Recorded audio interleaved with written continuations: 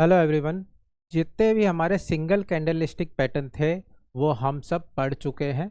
आज से हम स्टार्ट करने जा रहे हैं डबल कैंडलस्टिक पैटर्न और आज का टॉपिक रहने वाला है बुलिश एंगल्फिंग, जो कि एक बुलिश रिवर्सल कैंडलस्टिक पैटर्न है जिसमें मार्केट डाउन ट्रेंड पे होता है और बुलिश एंगल्फिंग बनने के बाद मार्केट अप ट्रेंड में आ जाता है। बुलिश एंगल्फिंग कैंडलस्टिक पैटर्न का नाम बुलिश एंगल्फिंग क्यों है ये जानते हैं हम।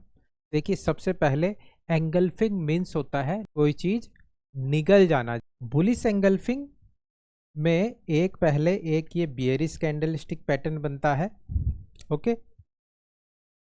और इस बियरिश कैंडलस्टिक पैटर्न के लो के नीचे नेक्स्ट कैंडल जाता है और इस बेयरिश कैंडल के ऊपर क्लोज देता है। ठीक है, मतलब एक बेयरिश कैंडल को एक बुलिश कैंडल ने क्या किया, एंगल्फ कर लिया। ठीक है, तो इसी का मतलब होता है bullish engulfing. Okay, bullish engulfing candle के कलर की बात करें तो इसमें हमेशा पहले एक रेड कलर होगा जिसको एक ग्रीन कलर का कैंडल एंगल्फ करेगा। ओके, ये आपका रेड कलर का होगा और ये ग्रीन कलर का होगा, तभी bullish engulfing candlestick pattern valid होगा। ओके, ट्रेंड कैसा होना चाहिए जब एक बुलिश एंगल्फिंग कैंडलस्टिक का फॉर्मेशन होगा? तो देखिए, आपका ट्रेंड हमेशा डाउन रहेगा और उसके बाद अगर बुलिश एंगल्फिंग कैंडलस्टिक पैटर्न बनता है उसके बाद ट्रेंड अप होने के चांसेस ज़्यादा रहते हैं। ओके, इसका फॉर्मेशन कैसे होता है ये देख लेते हैं हम लोग। मान लीजिए मार्केट डाउन ट्रेंड में आ रहा है,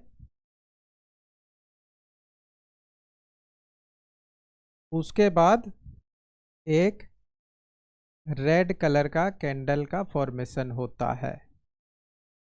ओके,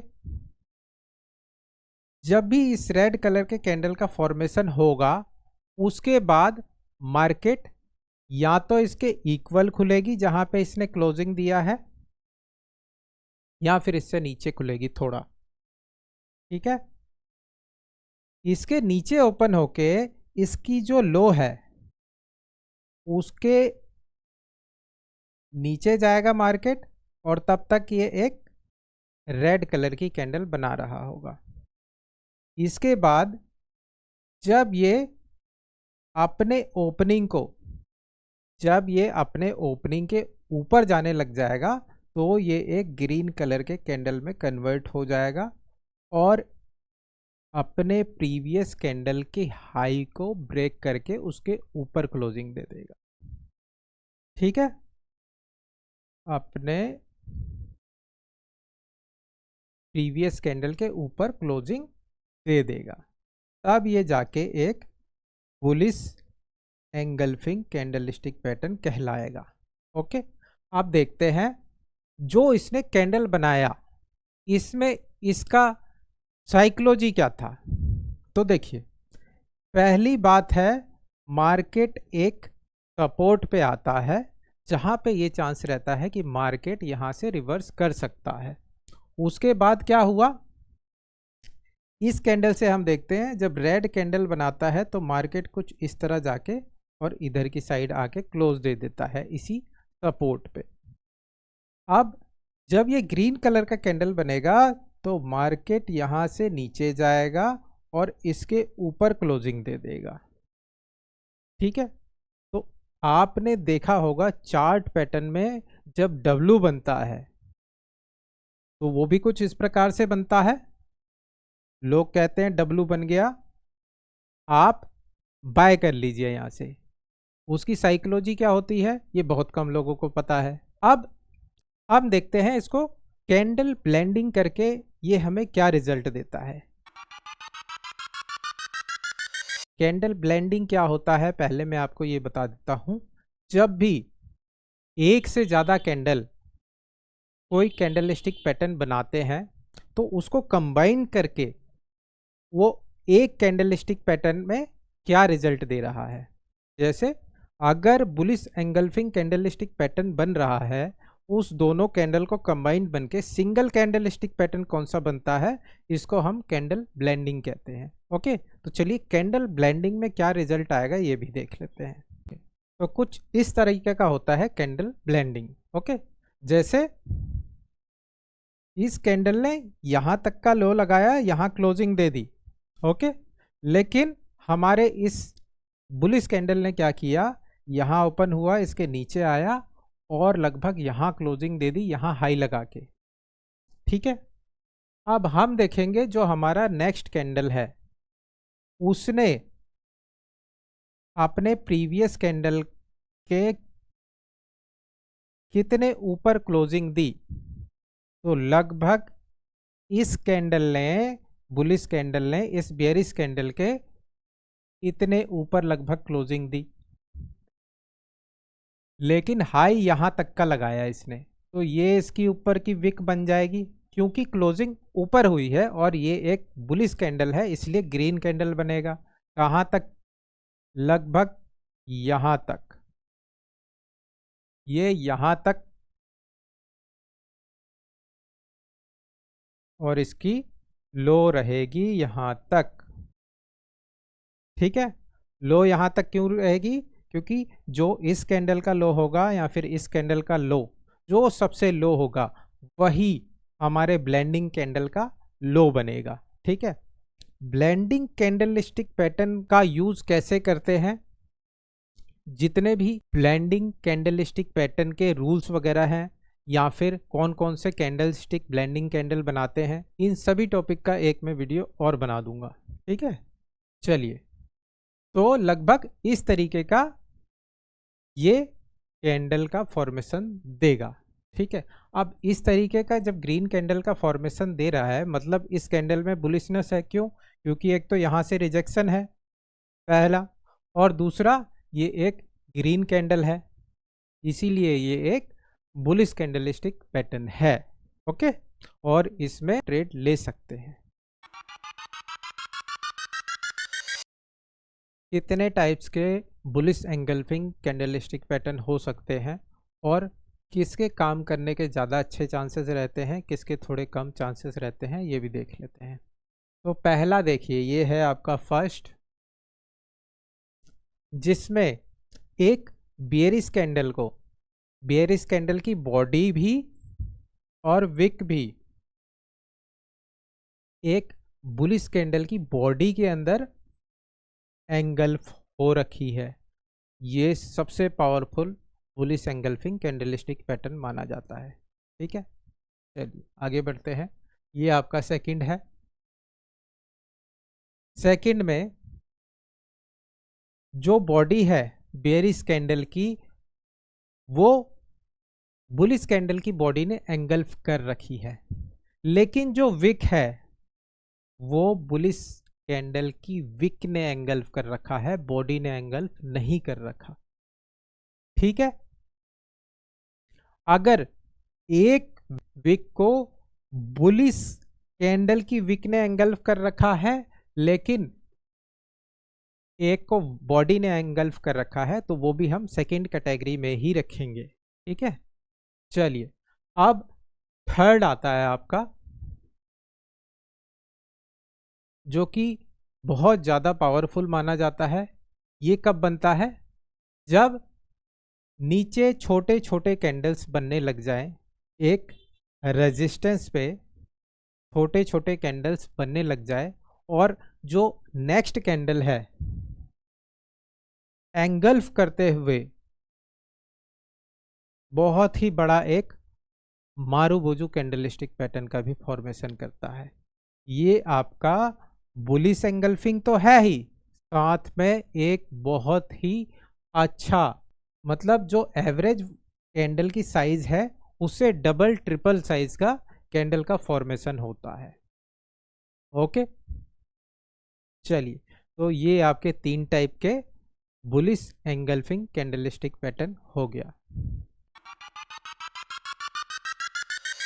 टाइम फ्रेम के अनुसार अगर बुलिश एंगल्फिंग पे ट्रेड लेना हो हमें, तो हम किसी भी टाइम फ्रेम पे ट्रेड ले सकते हैं।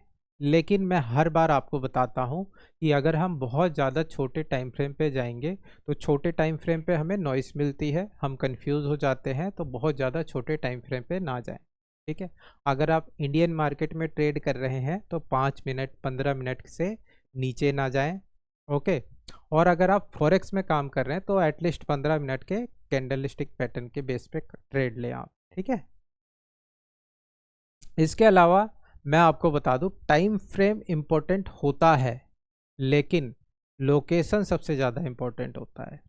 अगर आपका जोन नहीं बन रहा कि हाँ यहाँ पे अगर बुलिश एंगल्फिंग बनेगा तो मुझे ट्रेड ऊपर के लिए लेना है नहीं लेना, क्या ये मेरा जोन है, यहाँ से रिवर्सल जा सकता है, तभी तो मैं बुलिश एंगल्फिंग का यूज़ करके ट्रेड लूँगा। ठीक है, अब हम बात करेंगे पोजीशन के हिसाब से हमें कैंडल स्टिक का फॉर्मेशन कैसे देखना है। ओके, तो देखिए यहाँ पे मैंने बना रखा है एक bullish engulfing candle stick pattern. तो आपका जो फर्स्ट कैंडल होगा बुलिश एंगल्फिंग में, आपको पता है वो एक रेड कैंडल होगा और सेकंड कैंडल एक ग्रीन कैंडल होगा। तो इसके फॉर्मेशन के टाइम आपको ये देखना है जो रेड कैंडल का लो है वो ग्रीन कलर के कैंडल के अंदर होना चाहिए। ठीक है, अगर रेड कलर का पिक और बॉडी दोनों ही ग्रीन कलर के बॉडी के अंदर होगी तो वो ज़्यादा स्ट्रांग होगी, लेकिन हम इस बेस पे भी ट्रेड लेंगे। अगर वो एक बॉडी के अंदर ना हो के विक के अंदर हो तो भी हम ट्रेड लेंगे। ओके, तो देखिए सबसे पहले तो रेड कलर की कैंडल का लो ग्रीन कलर के कैंडल के लो के अंदर हो, मतलब ग्रीन कलर का कैंडल रेड कलर के कैंडल के लो को ब्रेक करे, पहला। दूसरा, रेड कलर का हाई रेड कलर के हाई को भी ब्रेक करे ग्रीन कलर का कैंडल, और इसके हाई के ऊपर ही क्लोजिंग दे। ठीक है, इसके हाई के ऊपर ही क्लोजिंग दे। ये होगी आपकी दूसरी बात।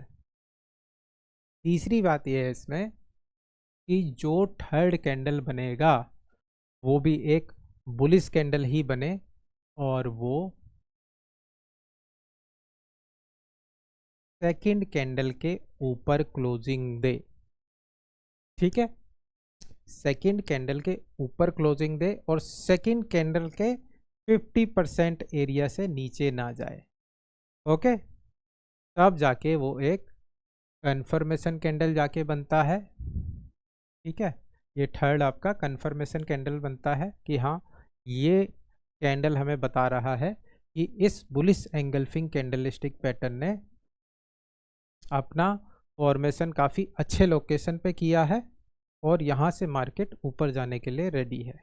ओके, अभी हम देखेंगे लोकेशन के हिसाब से हमें बुलिश एंगल्फिंग का फॉर्मेशन कहाँ कहाँ देखना है। चलिए आइए, तो पहली चीज़ आपने लोकेशन के हिसाब से क्या देखना है कि मार्केट ऑलरेडी एक डाउन ट्रेंड में हो और यहाँ पे एक अच्छा सपोर्ट जोन हो। ठीक है, अच्छा सपोर्ट जोन हो। ओके, उसके बाद अगर बुलिश एंगल्फिंग कैंडलस्टिक पैटर्न बनता है तो हम ट्रेड लेंगे।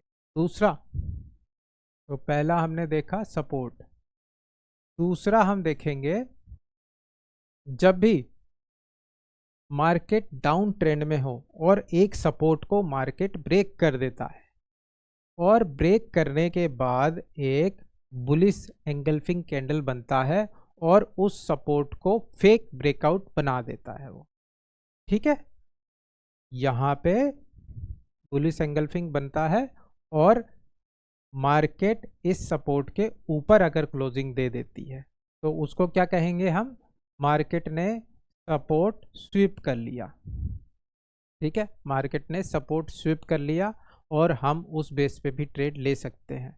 सपोर्ट स्वीप करना मतलब मार्केट ने इस सपोर्ट को ब्रेक किया, ब्रेक करने के बाद वापस ऊपर आ गई, क्या करते हुए, बुलिश एंगल्फिंग बनाते हुए। मतलब यहाँ पे जितने लोगों ने अपना ट्रेड ले रखा था उनका स्टॉप लॉस हिट करके मार्केट ऊपर रिवर्स आ गई और अब वो अपना डायरेक्शन बुलिश रखेगी और ऐसे ट्रेड में हाई चांसेस होते हैं कि आपका ट्रेड अच्छा काम करेगा।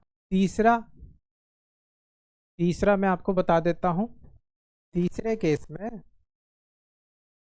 मार्केट ऑलरेडी अप ट्रेंड में है और एक पुल बैक लेने नीचे आती है और यहाँ पे एक ऑर्डर ब्लॉक या फिर एफवीजी या फिर फिब का एक अच्छा जोन, जैसे फिब का सबसे अच्छा जोन है 0.0618, ठीक है, 0618 का जोन हो और यहाँ पे अगर बुलिश एंगल्फिंग कैंडलस्टिक पैटर्न बनता है तो वो एक अच्छा काम करता है।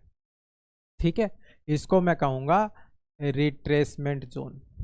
ठीक है, मार्केट रिट्रेसमेंट करती है, फिबोनाची रिट्रेसमेंट 0.618 पे आती है और मार्केट वहाँ से फिर अपना ट्रेंड कंटिन्यू करती है। और ऐसे केस में जब मार्केट ऑलरेडी अप ट्रेंड में है और पुल बैक लेके नीचे आती है, एक बुलिश एंगल्फिंग बनाती है, तो यहाँ से आपके ट्रेड सक्सेसफुल होने के चांसेस ज़्यादा रहते हैं और अक्सर ट्रेडर्स इस प्रीवियस हाई का टारगेट भी लगाते हैं। ओके, चलिए बुलिश एंगल्फिंग में ऐड करेंगे वॉल्यूम को। क्यों?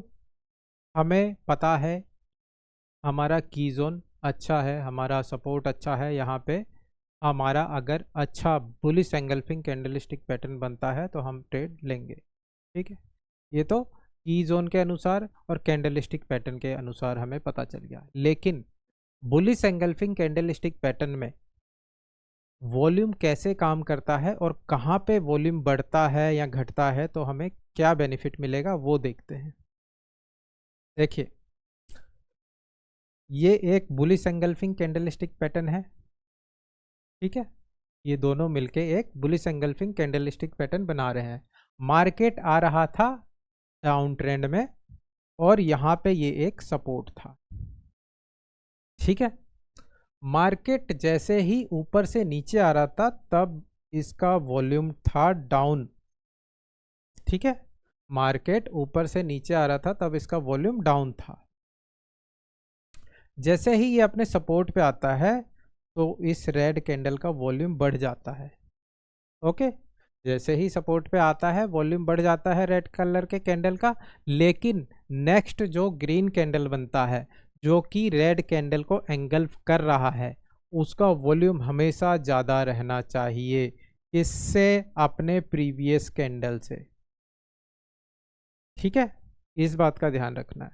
और दूसरी चीज़, जब मार्केट ऊपर से नीचे आ रही होगी तो ज़रूरी नहीं है कि इसकी वॉल्यूम डिक्रीज ही हो, इसकी वॉल्यूम इक्वल भी रह सकती है और किसी किसी केस में इसकी वॉल्यूम हाई भी हो सकती है। ओके, हमें मेन मतलब है इसकी वॉल्यूम से और इसकी वॉल्यूम से। और एक बात और, जो इसका नेक्स्ट कैंडल बन रहा है अगर उसका वॉल्यूम भी हाई है और वो इस ग्रीन कैंडल से भी हाई है तो अच्छी बात है। ये हो गया आपका पहला केस, ये है आपका दूसरा केस। ठीक है, इस केस में क्या हो रहा है, देखिए कैंडल कितने छोटे साइज का है, उसके बाद यहाँ पे एक रेड कैंडल स्टिक पैटर्न बनता है और ये इसको ग्रीन कैंडल एंगल्फ कर लेता है। मतलब यहाँ पे भी एक bullish engulfing candle stick pattern तो बना, लेकिन नेक्स्ट कैंडल एक बेयरिश कैंडलस्टिक पैटर्न बन रहा है। उसके बाद जैसे रेंज यहाँ हो रहा था, सेम रेंज यहाँ पे भी होने लग गया। तो ये हमारा एक इनवैलिड फॉर्मेशन है बुलिश एंगल्फिंग का, ठीक है। और इसके बेस पे हमें ट्रेड लेना भी नहीं है। ओके, चलिए एक बात और मैं आपको बताना चाहता था कि यहाँ पे देखिए वॉल्यूम भी नहीं बढ़ा है, ठीक है। तो हमारा वॉल्यूम का कंफर्मेशन भी नहीं है, ठीक है। ऐसे ही हम कोई भी ट्रेड लेंगे तो सबसे पहले क्या देखेंगे कि क्या हमारे वो की लेवल पे है, मतलब वो एक अच्छे जोन पे है जहाँ से वो हमें एक रिवर्सल दे सके, पहली चीज़। दूसरी चीज़ हमें ये देखना है कि क्या वहाँ एक ऐसा कैंडलस्टिक पैटर्न का फॉर्मेशन हो रहा है जो रिवर्सल देता है। तीसरी चीज़ हमें उसमें ऐड कर देनी है वॉल्यूम को, ठीक है। अगर हम वॉल्यूम भी ऐड कर देंगे तो हमारा काफ़ी बेनिफिट हो। बुलिश एंगल्फिंग कैंडलस्टिक पैटर्न अगर बनता है तो एंट्री कहाँ लेनी है और स्टॉप लॉस कहाँ रखना है, और मैंने आपको टारगेट का तो बता ही दिया है, ठीक है। चलिए अब इसमें ट्रेंड डाउन था, एक बुलिश एंगल्फिंग कैंडलस्टिक पैटर्न बना और यहाँ पे क्लोजिंग दे देता है, ठीक है। मैं आपको हमेशा ये सजेशन दूंगा कि कई लोग कहते हैं नेक्स्ट कैंडल का वेट करना चाहिए, ठीक है। मैं आपको सजेशन दूंगा कि नेक्स्ट कैंडल का वेट ना करें। क्यों? क्योंकि आपके अगर जोन पे एक अच्छा रिवर्सल कैंडलस्टिक पैटर्न बन रहा है, ठीक है, साथ में आपने वॉल्यूम का कंफर्मेशन देख लिया, ठीक है, आपको पता है हमारा कैंडल एक पैटर्न अच्छा बन रहा है, प्लस आपने वॉल्यूम देख लिया, प्लस आपका लोकेशन परफेक्ट है, ठीक है। तो आपको नेक्स्ट कैंडल के कंफर्मेशन का वेट नहीं करना चाहिए, क्योंकि इससे क्या होता है आपका स्टॉप लॉस बहुत बड़ा हो जाता है। आप ये कैंडल मान लीजिए यहाँ क्लोज हो रही है तो आपका स्टॉप लॉस लगभग इतने पॉइंट का हो गया, ठीक है, इसके अकॉर्डिंग। लेकिन आप स्टॉप लॉस कहाँ रखोगे? इस कैंडल के लो पे रखोगे तो और बड़ा हो गया, ठीक है। लेकिन अगर आप स्टॉप लॉस इस कैंडल के क्लोजिंग पे रखते एंट्री, तो आपका स्टॉप लॉस छोटा रहता, ठीक है। और आगे हम ये भी बात करेंगे कि स्टॉप लॉस को और छोटा कैसे कर सकते हैं, उसके लिए एक अलग से वीडियो बनाऊंगा मैं, ठीक है। चलिए